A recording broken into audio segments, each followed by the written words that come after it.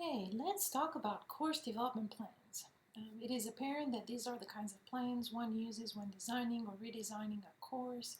What is not immediately apparent is why one would take the time to create such a plan. Let's think about a building crew that has been contracted to build a new facility.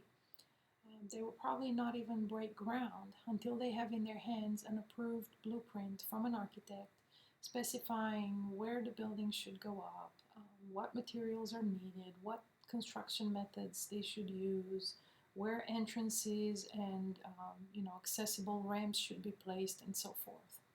Similarly, cores would probably be best designed only with this kind of course development plan. This is the kind of plan that specifies what are the main moving parts of the course and how they're articulated together. So the main benefits of having a course development plan are apparent when designing, teaching, and assessing a course. Let's look at designing first. So the course development plan tells us what is being taught and assessed, in what sequence, and to what level of detail. All of that information is needed when we design the syllabus and then assignments, assessments, interactions, and any instructional materials, multimedia, and so forth. This also helps us design the structure of the course in D2L because now we know exactly what type of course we're dealing with and how we're going to meet the instructional needs. When it comes to teaching, having a course development plan helps pinpoint at a glance what happens each week, what came the week before, and what comes after that.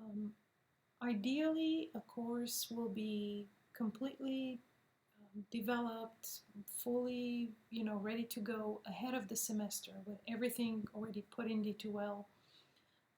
That may not always be feasible, so more than likely faculty will need a little reminder as to what comes next, what needs to be built next, how that relates to other parts that have already been introduced or that are coming up, how the grades are distributed throughout the course, therefore how the gradebook should be built, and so forth. So when teaching, the course development plan is your go-to document to quickly tell you where everything is in the course and how everything is tied together. Assessment-wise, the course development plan, in conjunction with assessment results and student participation, help us go back at the end of a semester and identify areas that need to be improved. These may be areas that were too easy or too hard for students, materials that were not necessary or materials that were necessary but were missing from the course. Sometimes when you look at several courses in sequence, you realize that some material was already introduced the previous course, so you don't need to introduce it in this course. Or the following course is reinforcing something that has never been introduced, so perhaps this is a good place to introduce it, and so forth. So once again, doing an analysis at the end of the course helps us assess the effectiveness of instruction, determine how instruction needs to be modified so that students are better able to meet the learning outcomes. Okay, let's look at a sample course development plan. I'll walk you through how I built this document. So first I brought in the logo of the college, then I brought in the course description. This is our promise to students as to what the course will be about. I gathered a little bit of information about the course, especially the prefix, number, and title of the course, the number of credit hours. And then I brought in the course level outcomes as our promise to the course as far as what they'll be able to do and what they'll know by the end of this course. A side note here, to determine this level, course level outcomes, it is, sorry about that, it is very helpful to have a needs assessment. This is a 1-hour appointment with me, and during that appointment I can help you establish where your students are before they walk into your classroom, where they should be by the time they leave the classroom, and then we determine what that knowledge or skill gap is, and then decide how to best fill it. So before we design a course development plan, I recommend that we have a learner needs assessment already in place. Okay, so back to our example. We now know what students should be able to do by the end of the course. So then I'm going to start mapping the course module by module or week by week and outline 3 things. What students should be able to do by the end of that week. In other words, the student learning outcomes. What we are going to get out of the students, the learning activities. And by this I mean your assignments, assessments, and interactions. And then what we need to give to students, the teaching activities, what we need to impart to them. Okay. So then, once again, week by week, I look at these 3 parts, and then I start mapping them to the outcomes. So let's pick a week that has a variety of activities, like week 5.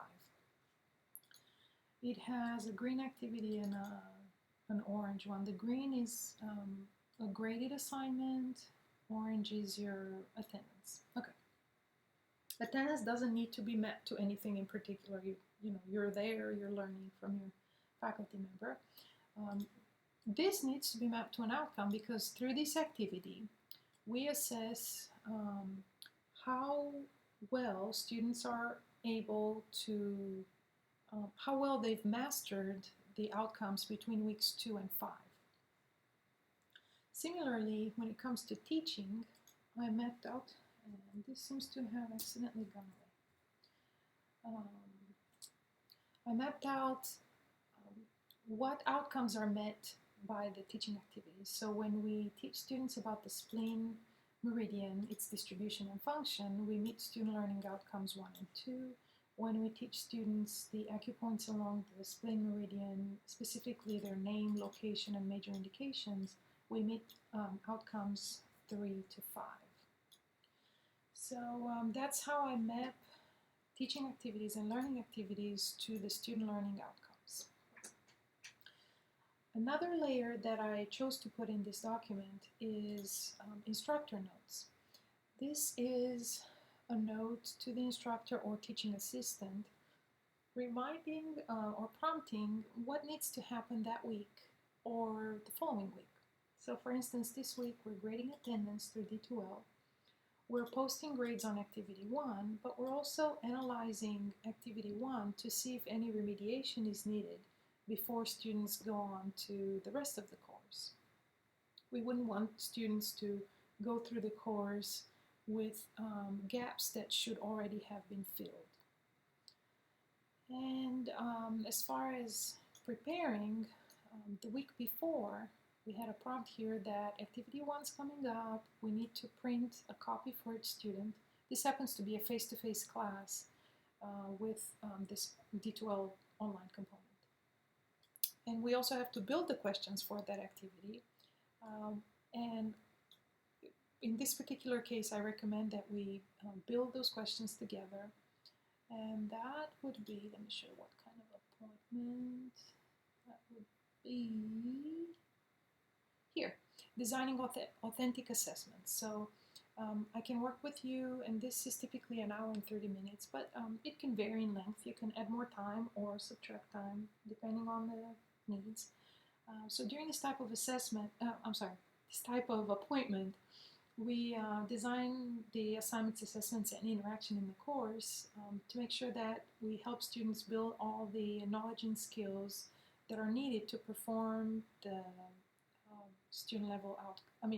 course level outcomes to a specific level of mastery. And then we're also looking at the grading criteria for these assessments.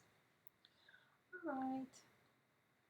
Another thing I'd like to point out as far as instructor notes is that we can leave timely prompts, such as, okay, by the end of the course, remember to collect all the resources that we handed out to students to use for the semester.